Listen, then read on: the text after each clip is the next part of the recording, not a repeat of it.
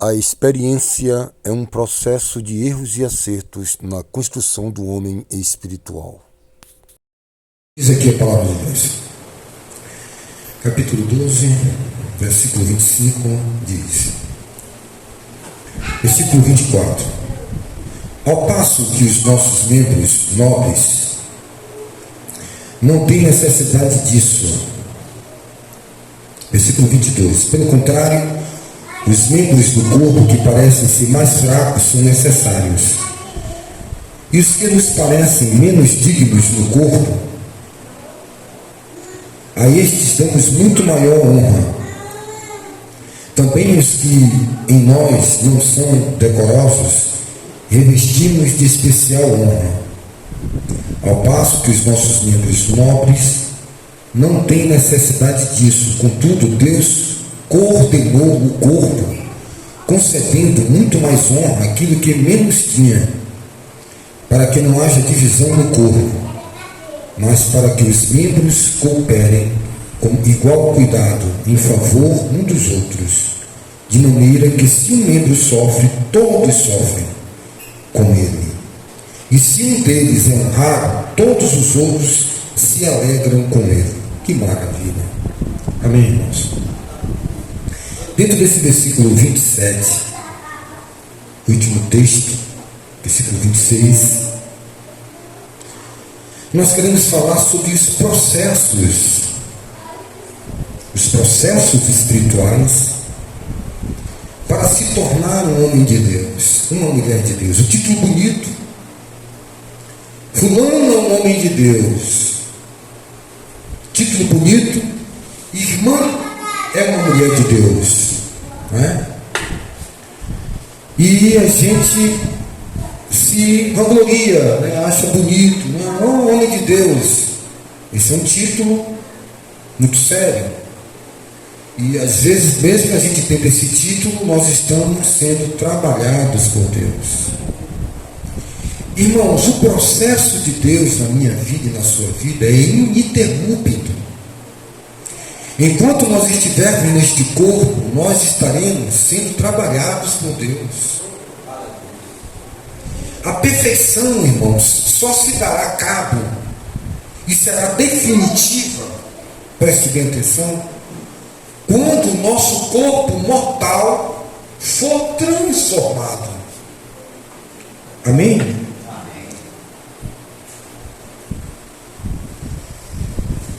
Nós só atingiremos a perfeição quando nós estivermos transformados, irmãos. Enquanto nós estivermos neste corpo físico, nós estamos em um processamento de aprendizado. Então, para a gente pregar a palavra, para a gente ter poder, para a gente ter autoridade, nós precisamos passar por um processo.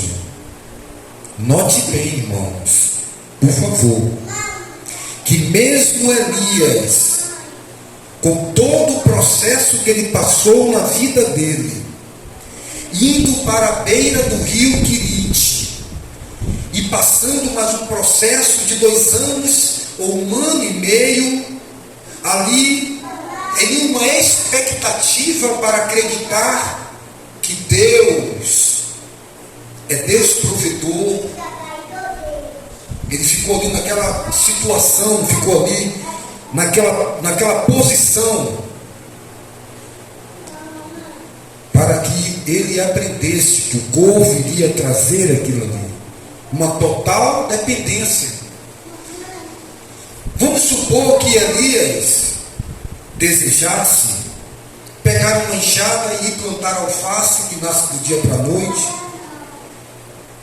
Não teria condição, mesmo tendo água, mas o calor intenso e a seca não daria para ele sequer regar um pé de batata doce e esperar 6 meses ou 1 ano para brotar, nascer e dar o fruto, irmãos. Aqui nos mostra que não havia nada que Elias pudesse fazer, a não ser sentar em uma pedra e esperar a providência de Deus. E aquela providência de Deus vinha até ele. Depois de um ano e meio, 5 meses, não diz as Escrituras, o rio secou. Creio que foi na fase inicial da seca. Com o aumento da seca do sol, veio secar aquele ribeiro de água. E ali, Elias foi convidado por Deus a ir a uma casa de uma viúva. Tipo assim, você ficou aqui, você aprendeu que eu posso te sustentar no meio de toda uma calamidade. Note bem o que está escrito em Jeremias, que o justo é como o junipapeiro, né? O junipeiro plantado à beira dos rios, estende a raiz sai procurando onde tem água. E aí que é a minha importância de nós procurarmos onde contém a água e sabermos que ali tem água, né? Sabemos que ali tem água e que as raízes vai abastecer aquela árvore, porque a qualquer momento pode vir a seca. Note que diz que quando vier a seca, o junipeiro tem suas folhas verdes e dá o seu fruto mesmo na seca, porque ele estendeu as raízes do junipeiro. As raízes está lá do junipeiro, estendeu para o ribeiro de águas. E estendendo para o ribeiro de águas, o que acontece? Quando vier o calor, não deixe para estender suas raízes para as águas, enquanto só vier o calor. Talvez não dê tempo das raízes andar, porque raízes que caminham para o ribeiro de águas não é do dia para a noite. Você sabe que o crescimento de uma raiz é um processo longo, extenso e contínuo. Na evolução daquele junipeiro, com muita sabedoria e prudência biológica, natural, o junipeiro buscou água. E quando veio o calor, o junipeiro não foi abalado. Por quê? Porque suas raízes estavam na água. A nossa água é o Senhor eterno Deus. O rio de água viva brota do nosso interior. É no nosso interior que deve estar as nossas raízes. Ali está a palavra de Deus. Amados, e Elias foi provado ali, ou seja, passou por uma didática divina, né? Ele passou por uma didática, por uma experiência, por um ensino, através, não ensino de palavras, não ensino de letras. Deus vem trabalhar com a experiência humana, com tato. Você passa fome, você passa dificuldades. A dinâmica de Deus é uma dinâmica na prática, não é teórica. Não existe teoria com Deus. É impossível aprender na teoria, tem que exercer a prática. E ali Elias fica aí, vem o corvo, alimenta Elias, bebe água, glória a Deus, secou o ribeiro, a água não tem. Eu posso continuar trazendo comida, mas sem água não dá. Você vai ali agora a Sarepta e procura lá, fulano assim, ele vai, chega lá na casa daquela mulher, uma viúva, não tem marido, não tem pensão, não tem INSS, não tem recurso. E a mulher ainda diz: olha, eu tenho comida aqui, mas um punhado para fazer a esperança da mulher, o futuro da mulher, a esperança da viúva. Tem um bocado de farinha para fazer um pão e esperar a morte. Veja que situação terrível. Olha a expectativa, o investimento dela. O meu investimento é esse: fazer um pão com esse punhado, porque só cabe um pão, comer e esperar a morte. Tá bom para você, Elias? Elias talvez se retirou naquele mesmo exato momento, na sua intimidade, na sua experiência, que é bom que todo mundo tenha uma experiência de intimidade, uma forma de íntima, peculiar de sua comunhão com Deus. Não sei se Elias se retirou, se orou ali mesmo, instantaneamente. Ele disse: Senhor, o que é isso? É uma pegadinha? Tu me envia para um lugar aqui, eu andei no deserto, minhas energias foram-se embora, eu estou aqui definhando de fome, pensando o seguinte: tu me colocou na beira de um rio, bebendo água e comendo da boca de um corvo que trazia, e eu estou pensando que tu vai me trazer um palácio, uma viúva que ficou com muito gado, de um fazendeiro, e chega aqui, essa mulher. Está aí o primeiro teste. Um ano e meio talvez, aprendendo que Deus proverá. Beleza, Deus está provendo, tá. comida na boca do corvo, água na beira do ribeiro. Pronto, vou ver se esse cara está legal. Vou fazer um teste com ele. Precisamos todos aqui, esses meses todos. Eu trabalhei bem com ele, dando uma dinâmica. Vou levar ele agora para a casa da viúva. Ele não sabe de nada. Eu vou ver qual vai ser a reação dele. Qual foi a reação de Elias? O que é isso, Deus? Um punhado de farinha, comer e morrer. Sim, e aí? Aí, irmãos, tem uma lição primordial. Meu Deus. Qual é a lição, amados? Elias, tu és homem de Deus. Elias, você pode mudar as condições que te cercam. Você pode mudar as situações.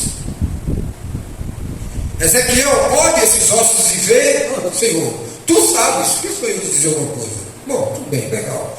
Boa resposta. Eu realmente sei tudo. Profetiza. Profetiza sobre os ossos secos. Elias aí olhou para aquela mulher e fez o quê? Tomou posse daquilo que ele era, talvez daquilo que ele aprendeu lá. Vai e faz um punhado de pão para mim, e depois faz para ti e teus filhos. E a farinha da panela e o azeite não acabará. Talvez você diga assim: Elias é um cara muito esperto. Mas tem uma lição que eu quero passar para você aqui nesta noite. Profunda. Eu quero passar essa lição para você, meu irmão. Minha irmã. Por que é que Elias disse: primeiro faça para mim? Ele poderia dizer: faz para o teu filho, criança está com muito fome, faz e depois já multiplicar. Princípio, qual é o princípio? Honra aos que honram a Deus, e teus bens se multiplicarão. Elias ali simbolizava quem? Deus. Elias era um princípio espiritual. Quando você honra um irmão, eu não digo nem a visão do líder, né, que tem aquela questão do pastor do ungido. Esse é um termo técnico do Antigo Testamento que eu não abraço na Nova Aliança, na graça. A função de ensino, a função pastoral, não quer dizer que somos melhores ou maiores. Mas as Escrituras dizem: aqueles que ensinam a palavra, honrem com dupla honra. E ali, quando Elias lança esse princípio espiritual, que ele representava Deus, aquele pão ali seria para a presença de Deus personificada no profeta. Aquele que estava sendo um instrumento de Deus para sentenciar e julgar a Israel. Mas você vê que depois dali, Elias manda. Deus manda Elias se encontrar com Acabe. Apresenta-te a Acabe. Manifesta-se a Acabe. Já tinha trazido as vasilhas todas da cidade, enchido de azeite. Elias ali, o pão, né? A farinha tinha se multiplicado, o azeite da botija se multiplicou, né? As vasilhas já lá com o Eliseu. E ali se multiplica o azeite da botija, a farinha da panela. E chega um momento que Deus diz: agora, meu filho, você já passou por esse teste aqui, vai agora se encontrar com Acabe. E aí vai Elias se encontrar com Acabe. Fala o que é com Acabe? Acabe vai descer água ali. E Elias sobe para o monte para falar com Deus. Começa a chuva. Elias faz o quê? Faz um desafio. Vai para o monte. E lá no monte, o que é que acontece lá? Desce fogo do céu. Elias parece que está passando nos testes. Deus trabalhou bem na vida de Elias, não foi? Amém? Deu muitas lições a Elias. Elias agora é um profeta valente, um profeta valoroso. Mas acontece algo aí, irmãos. Quirite, viúva, chove uma nuvem do tamanho de uma mão, para ele já é o suficiente. Ele é um camarada que já está experimentado, não precisa muita coisa para Deus operar. Ele viu que um pouquinho de farinha multiplicou, ele viu que um pouquinho de azeite multiplicou, ele já estava já experiente, fora outros milagres que Elias já vinha fazendo. Ele tinha muita intimidade, mas agora ele faz um desafio lá no monte. Como era o nome do monte que foi o desafio? O desafio de Elias foi no monte que o fogo caiu e consumiu. Foi no monte Horebe, foi no monte Moriá. O evangelista lhe falou, Monte Carmelo, está vendo? Monte Carmelo, o fogo desceu. Mas o que acontece depois de toda essa glória de Elias? Depois de todo esse acontecimento, matou os profetas de Baal, de Acera, glória, Deus restaurou Israel, e aí veio um avivamento sobre Israel. Veio um avivamento sobre Israel, irmãos? Veio. Nacional. Restaurou o altar. Desceu fogo. Glória, aleluia, alegria, água descendo. Suspendeu a crise, a fome, a sede. Cisternas enchendo de água. Tanques, adultos, né? Barragens. E Elias? Onde está Elias? Berra para que te quero. Fugindo desesperado, olhando para trás, com medo de Jezabel. O que nós aprendemos? O que é que nós aprendemos com Elias? Nós aprendemos, irmãos, que Elias é ser humano. Nós aprendemos que Elias, por mais homem de Deus que seja, você por mais homem de Deus, por mais mulher de Deus que seja, ainda não subiu no carro de fogo. Está aqui. Existe em nós, irmãos, um imã que nos apega à terra. Esses imãs nos puxa para baixo. É a carne. Para que nós sejamos seres rastejantes.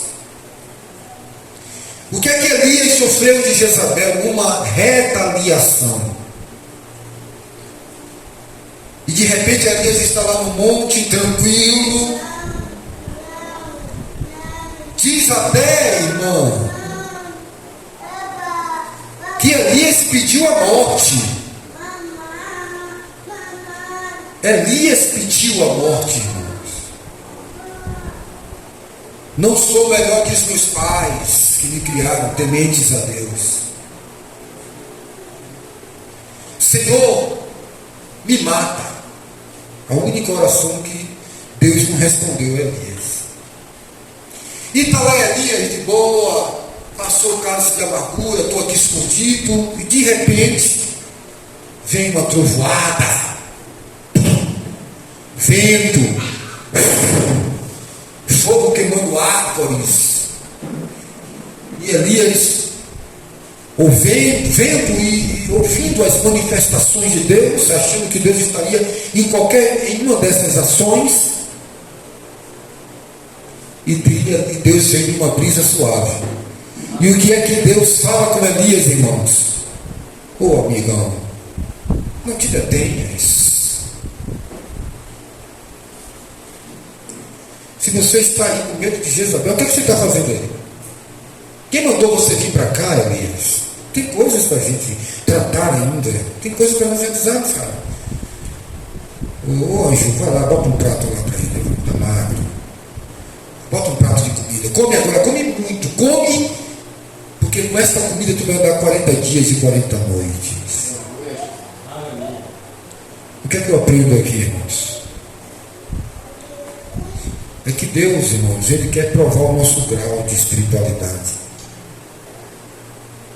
Preste atenção no que eu quero dizer aqui hoje. O grau de espiritualidade da gente não está no poder pentecostal, de pular, de fazer fogo cair do céu, o nosso poder de persuasão, de ganhar almas, a nossa intelectualidade de elaborar uma mensagem, um discurso auspicioso, dinâmico, apologético, hermenêutico, um discurso muito bem elaborado dentro da defesa do Evangelho. Nada disso vai medir a temperatura do seu degrau espiritual. Mas o que nos mostra que nós estamos preparados é no que diz respeito a compreender que o outro ainda não está em uma situação hábil para resolver algumas situações, ou até mesmo falta nele, nela, uma experiência, uma prática de relacionar diante de algumas atitudes da vida.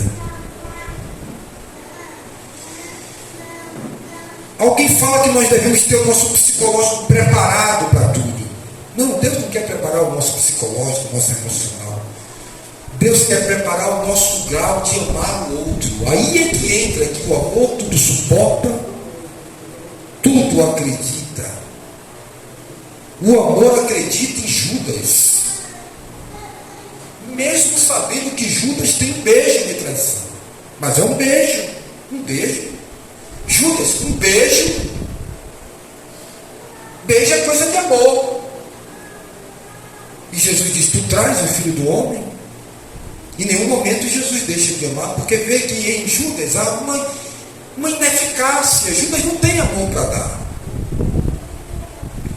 É justamente sobre isso a tônica do viver da igreja, do corpo de Cristo: suportar e sentir dores de parto, para que o outro atinja essa maturidade de Cristo. Então, quando eu vejo um irmão, uma irmã, um novo convertido, ou até mesmo um crente de 20, 30 anos, ainda amarrado em algumas coisas, às vezes eu até me igualo com ele. Porque, irmão, se alguém estiver no fundo do poço, qual é a forma de você tirar ele? Por favor, raciocine. Se alguém está no fundo do poço, qual é a forma de você tirar ele de lá?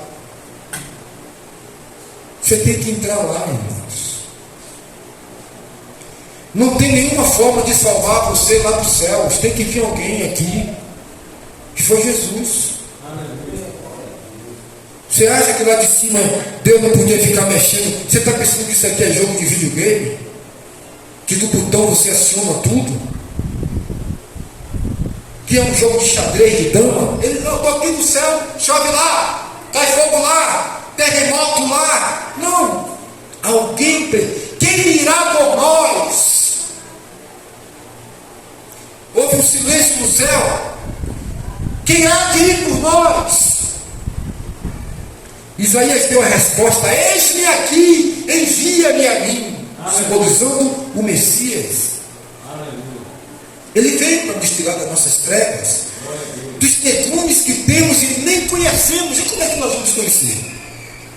São situações da vida. É esse viver da igreja que, quando um está alegre, todos se alegram. E quando um está triste, todos vão estar tristes. Não vai ficar bem se você não estiver bem. Preste atenção no que eu vou dizer agora, por favor.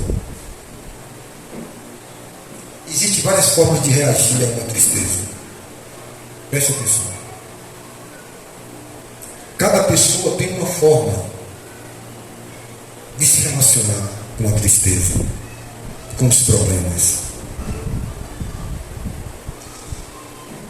Eu tinha problemas e eu precisava me livrar dos meus problemas, solucionar, elucidá-los. E um dia no lixo eu achei um boneco de pano. Eu tinha uns 8 ou 9 anos de idade. Era um boneco de pano que não tinha muito, parecia um boneco de palha de milho. Eu peguei ele, levei ele para casa e coloquei no beliche onde eu dormia. debaixo do estrado do beliche. Em cima dormia uma irmã de criação. E quando o pau começava a comer lá dentro de casa, eu pegava aquele bonequinho e começava a falar com ele, para desviar de todo aquele tormento de madrugada, muitas vezes eu esconder as facas de casa. Cada um tem uma forma, irmãos, de fugir do sofrimento. Quando você começa a ser trabalhado pelo Espírito de Deus, a primeira coisa que Deus vai lhe dar é o poder de não julgar. Quem já errou muito e quem já passou um processo de tratamento de Deus e que fez um mergulho para dentro de si mesmo para compreender o que é o ser humano, ele não vai julgar, ele vai compreender a sua incipiência, a sua ingenuidade, a sua ignorância e a incapacidade de elucidar o problema. Que podemos reagir de várias formas, buscar uma fuga. Muitas vezes é uma filha que para de falar com o pai, é um filho que tenta fugir de casa, é uma criança que parou de conversar na escola. O que é que esse menino tem que ficou calado? É uma menina que foi bulinada pelo avô sexualmente, passou por uma tentativa de todo dia a mãe ir trabalhar e deixar com um tio de 12 anos, 13 anos, e aquela menina de 8 anos, e o tio inventar de dar banho e ficar futucando a menina, ou pegando aquela menina para tentar levar ele ao orgasmo através da masturbação. E aquela criança já vai se descobrindo como uma jovem adolescente, e ali ele ameaçando ela, dizendo, qualquer coisinha sabe, e aquela criança, ela será uma pessoa com problemas sexuais, de relacionamento, e até mesmo muitas mulheres depois de casada, não conseguem atingir o orgasmo porque foram bulinadas, foram estrupadas na sua adolescência, e elas se fecharam. É a forma de reagir a um trauma, a um problema, a uma crise.